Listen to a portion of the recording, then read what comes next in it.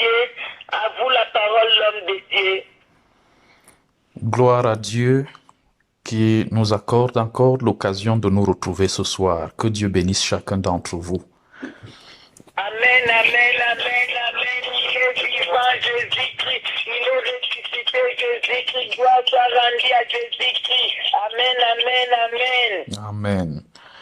Nous allons continuer dans notre méditation d'hier, dans laquelle nous parlions de la nouvelle année qui doit s'accompagner d'un nouveau langage, d'un changement de langage. Et hier, nous avons lu Marc chapitre 16, verset 17. Nous voyons donc que Jésus, avant de monter au ciel, juste avant de monter au ciel, c'est-à-dire au verset 19, disait à ses disciples, « Voici les signes qui accompagneront ceux qui auront cru. » C'est-à-dire, non pas ceux-là qui resteront dans la même vie, dans la routine, mais ceux qui auront compris que les temps ont changé, ceux qui auront compris que nous sommes dans une nouvelle année, il faut que de nouvelles choses se passent. Ceux qui auront cru en cela et ceux qui auront pris un nouvel engagement pour l'année, voici ce qui s'accomplira dans leur vie. 1. Ils seront remplis du Saint-Esprit. Et il faut qu'ils s'engagent à être remplis du Saint-Esprit. Et parce que Jésus avait, enfin, c'est l'apôtre Paul qui avait dit avant dans Romains au chapitre, qui avait dit après dans Romains au chapitre 8, verset 9, que celui qui n'a pas l'esprit de Christ ne lui appartient pas. Donc, nous disions hier qu'il faut que si quelqu'un n'est pas encore véritablement baptisé du Saint-Esprit, rempli du Saint-Esprit, que ce soit son engagement cette année-ci pour dire, Seigneur, 2021 ne doit pas passer. Il faut, je jeûne et je prie pour que, Seigneur, tu me remplisses. J'ai besoin de t'appartenir entièrement, pas à moitié. Puisque la parole de Dieu dit que le Saint-Esprit est le gage de notre salut. Le gage de notre salut. Donc, il ne faudrait pas que le son de la trompette sonne. Et si je ne suis pas rempli du Saint-Esprit, comment entendrai-je le son de la trompette? Que ce soit dans mon engagement, que je ne m'amuse pas avec ça. Deuxièmement, le nouveau langage se manifeste également dans le fait que nous rejetons toute vie, nous déracinons de nos cœurs toute vie et tout mensonge, tout langage ignoble devant Dieu qui nous empêche d'être en connexion étroite avec Dieu. Troisièmement, quand nous avons fait ce travail de déracinement, de sanctification, de libération, nous avons chassé les mauvais caractères de nos vies, alors nous commençons à être en contact étroit avec Dieu. Dieu commence à nous révéler des choses profondes. Il nous révèle sa sagesse, il nous révèle ses plans. Nous commençons à causer intimement avec lui. Il nous accorde des dons spirituels en abondance. Et cela nous permet d'entrer dans une sanctification encore plus profonde. Parce que Jésus avait dit, soyez parfaits comme votre Père Céleste est parfait. Et il n'y a que le Saint-Esprit qui puisse nous amener à l'étape de la perfection. Nous avons terminé en disant au 4e point, quand donc ce travail est fait, Dieu commence à nous manifester une bonté élevée, j'allais dire terrible. Et ce sont des témoignages vivants qui sortent de nos bouches. Nous sommes des témoignages vivants. Et les témoignages, effectivement, à la fin de notre exhortation, qui ont fusé hier. J'ai par exemple retenu celui de cette maman qui disait que je crois, sa fille qui ne parvenait pas à coucher. Les trompes ont même été liées au coupé. Elle ne pouvait plus accoucher. Mais à 54 ans, le Seigneur a opéré un miracle terrible. Alors qu'on sait que la ménopause même, c'est ça, dans les 45 ans. Mais elle avait déjà dépassé l'âge de la ménopause, avec des trompes qui ne fonctionnaient plus, qui avaient été liées au coupé. Mais le Seigneur est capable. Et cette nouvelle année, il faut que nous disions à Dieu, oui, c'est vrai que tu as déjà fait un certain nombre de choses dans ma vie. Mais Père, 2021, je veux te voir à une autre dimension. Je veux vivre des expériences extraordinaires avec toi. Il faut que tu te glorifies dans ma vie. Il faut que je change de langage, que je ne parle plus simplement de toi comme le Dieu de l'histoire enfermé dans la Bible. Mais je veux avoir des témoignages vivants de ta puissance, de ton amour envers moi. Il faut que nous-mêmes nous soyons des témoignages vivants à la fin de cette année.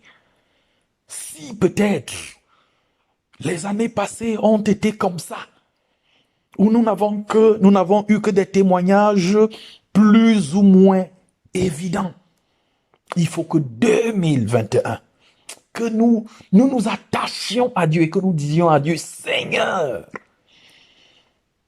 voici une nouvelle année.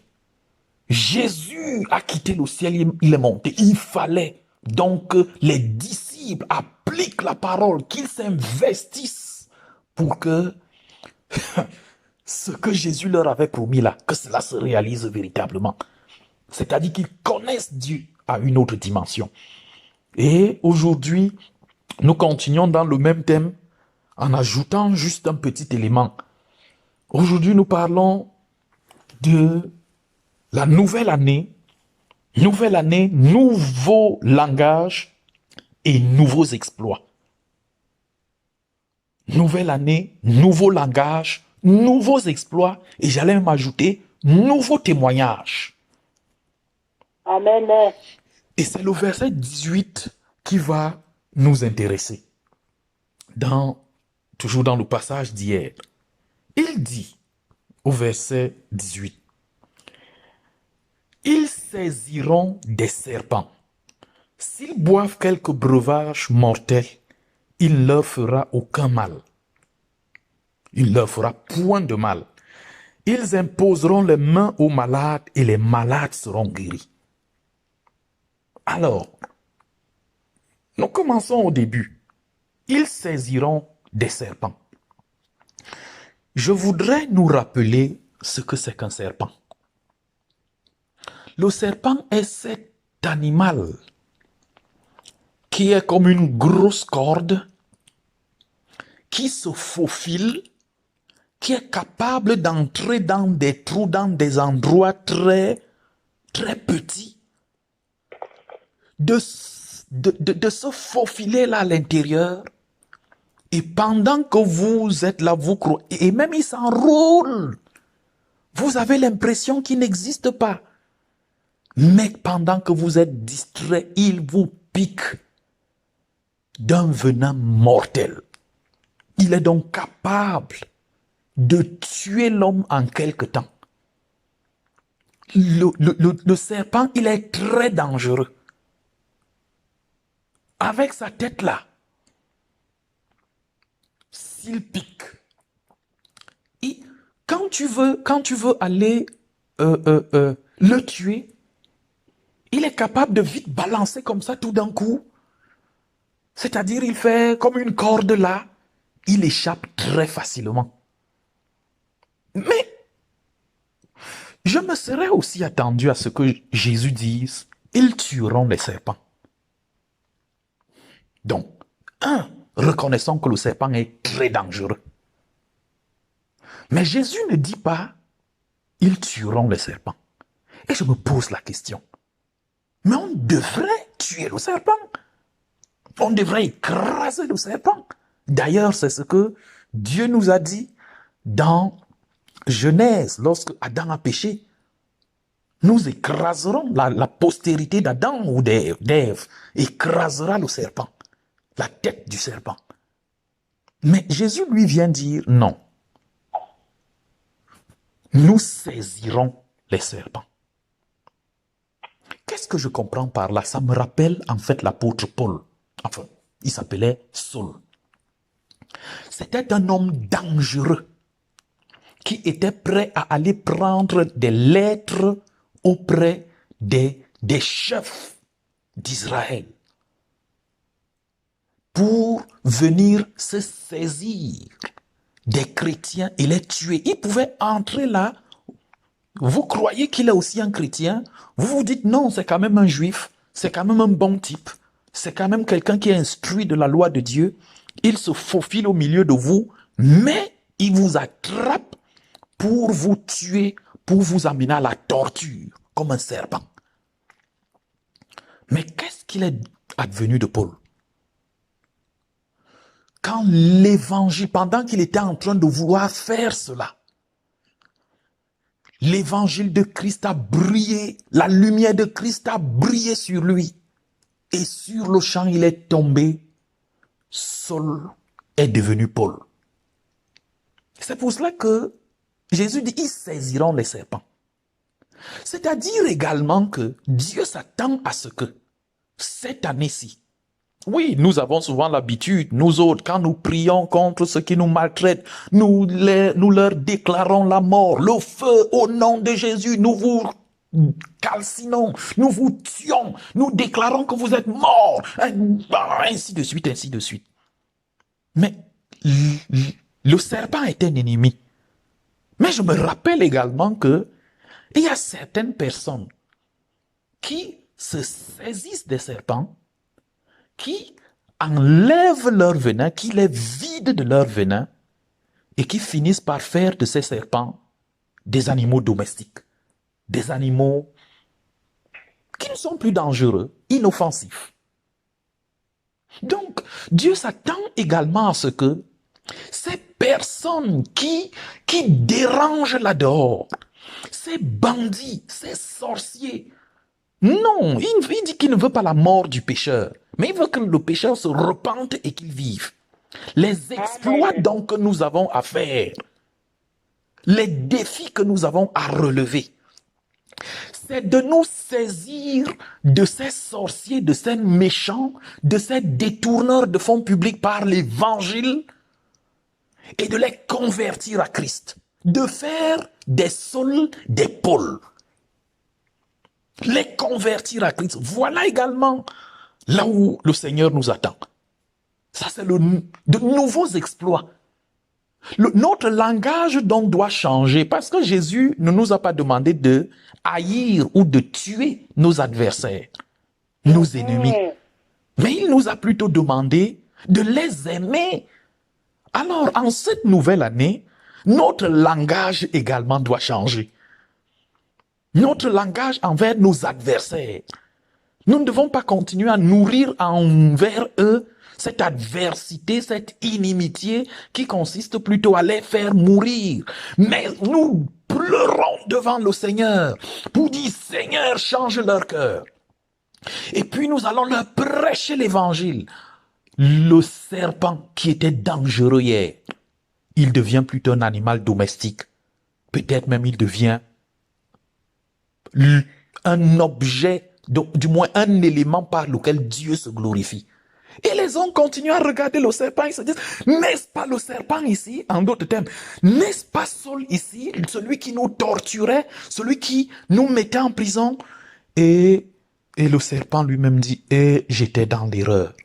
À cause de l'évangile, grâce à l'évangile qui m'a été prêché, je ne suis plus la même personne. J'ai changé de vie. Et voilà le nouveau langage. En cette nouvelle année, donc, même ces personnes commencent à changer de langage. Et il faut que ce soit ainsi. Deuxième point. Donc, au premier point là, je viens de parler de la conversion de nos adversaires en des serviteurs de Dieu. Au deuxième point donc, il dit quoi? Il dit, s'ils boivent quelques breuvages mortels, il ne leur fera aucun mal. Donc, si nous buvons du poison. Ce poison ne nous fera aucun mal. En d'autres termes, il y a des choses qui nous donnent la maladie, soit celles que nous mangeons, soit le climat, soit je ne sais quoi d'autre. Des infections qui nous donnent des maladies. Et là, nous devons dire qu'en cette nouvelle année, non, le langage aussi doit changer. Pas toujours la personne qui souffre de maladie, la personne qui gémit tout le temps. Il faut qu'en 2021, oui, ce qui était devenu pour moi une maladie chronique, ce qui était devenu pour moi un mal chronique dans les affaires, dans la vie courante, dans le travail, la haine des gens, ainsi de suite. Ça dit que j'étais dans une très mauvaise situation. Il faut qu'en 2021, que je dise trop, c'est trop. Je ne suis plus le terrain de jeu et des victoires de Satan. Non, c'est terminé. Nouveau langage. Ce n'est plus le langage des pleurs et de la défaite. Je ne suis plus le terrain sur lequel le diable vient jouer comme ça. Vous savez, quand une maladie, on dit que le poison, s'ils boivent quelques breuvages mortels, le diable aime bien quand nous buvons donc de son poison, qui peut être, comme je viens de le dire, des maladies, des problèmes terribles dans la famille, ainsi de suite. Et il aime donc, il est donc content de nous voir souffrir, de nous voir gémir, prêt même à maudire Dieu, en nous posant des questions. Est-ce que Dieu m'aime vraiment? Est-ce qu'il existe vraiment? Et s'il existait, pourquoi il me laisse dans de tels problèmes? Mais il faut que 2021, que ce soit que non, Dieu existe. Et il faut que je le voie à l'œuvre, que mon engagement et ma foi me permettent de voir son action dans ma vie. Et il faut qu'il en soit ainsi. Donc plus jamais je ne suis un terrain de jeu de Satan. Je ne suis pas l'objet des moqueries, de la souffrance. Non. Et c'est ce que Paul a encore vécu. Nous n'aurons pas le temps de lire Actes des Apôtres, chapitre 28, versets 3 à 6. Mais vous savez qu'un jour, pendant qu'il était en train d'être même mené comme ça au tribunal, il est arrivé quelque part après, comment on va dire ça, le naufrage qu'ils ont subi. Alors il arrive quelque part avec les autres prisonniers. Et puis, bon, il voulait se réchauffer parce qu'il faisait froid et c'est en pleine nuit. Bon, il y avait donc des herbes, ils prennent des herbes pour aller mettre au feu pour que le feu les réchauffe. Et une vipère le mord. Quand la vipère l'a mordu, tout le monde a dit, ah, ça montre d'abord que Paul est un mauvais type. Et tout le monde s'attendait à le voir mourir sur le champ. Paul a simplement secoué la vipère qui est tombée dans le feu. On a attendu que Paul meure. On a attendu. Rien n'est arrivé. Et les gens se sont convertis pour dire, non, ça ce n'est pas un homme simple, ça c'est un Dieu. Il faut donc que nous disions à Dieu que nous tournions en faveur de Dieu les malheurs que nous subissons. Donc, si la maladie t'a tellement torturé que par la prière et par ton engagement, par la prière de foi, il faut que la situation change de telle sorte que les gens qui t'ont vu souffrir, qui t'ont vu misérer, qui t'ont vu dans une situation complètement bouleversante et désespérée, qu'ils disent, voilà ce que Dieu a pu faire pour lui. Non, je crois désormais en ce Dieu-là. Il faut qu'il en soit ainsi. Troisième et dernier point. Il dit, ils imposeront les mains aux malades et les malades seront guéris. Alors, c'est là maintenant des délivrances que nous opérons sur ceux qui souffrent. C'est-à-dire que par notre prière, par notre évangile, nous prions pour des gens, nous leur imposons des mains. Et ils sont guéris. Nous prions pour leur situation. Et ils sont libérés. Et parce qu'ils sont ainsi libérés, ils lèvent les mains au ciel. Ils commencent à rendre gloire à Dieu. Il faut que nous changions le langage des païens. Nous avons dit, comme thème, nouvelle année, nouveau langage, nouveaux exploits, nouveaux témoignages. Amen. Il faut que par notre action, c'est-à-dire que nous ne devons pas vivre seulement pour nous-mêmes. Ah, je veux construire une maison. Ah, je veux faire un bon commerce. Ah, je veux avoir beaucoup d'argent. Ah, je veux...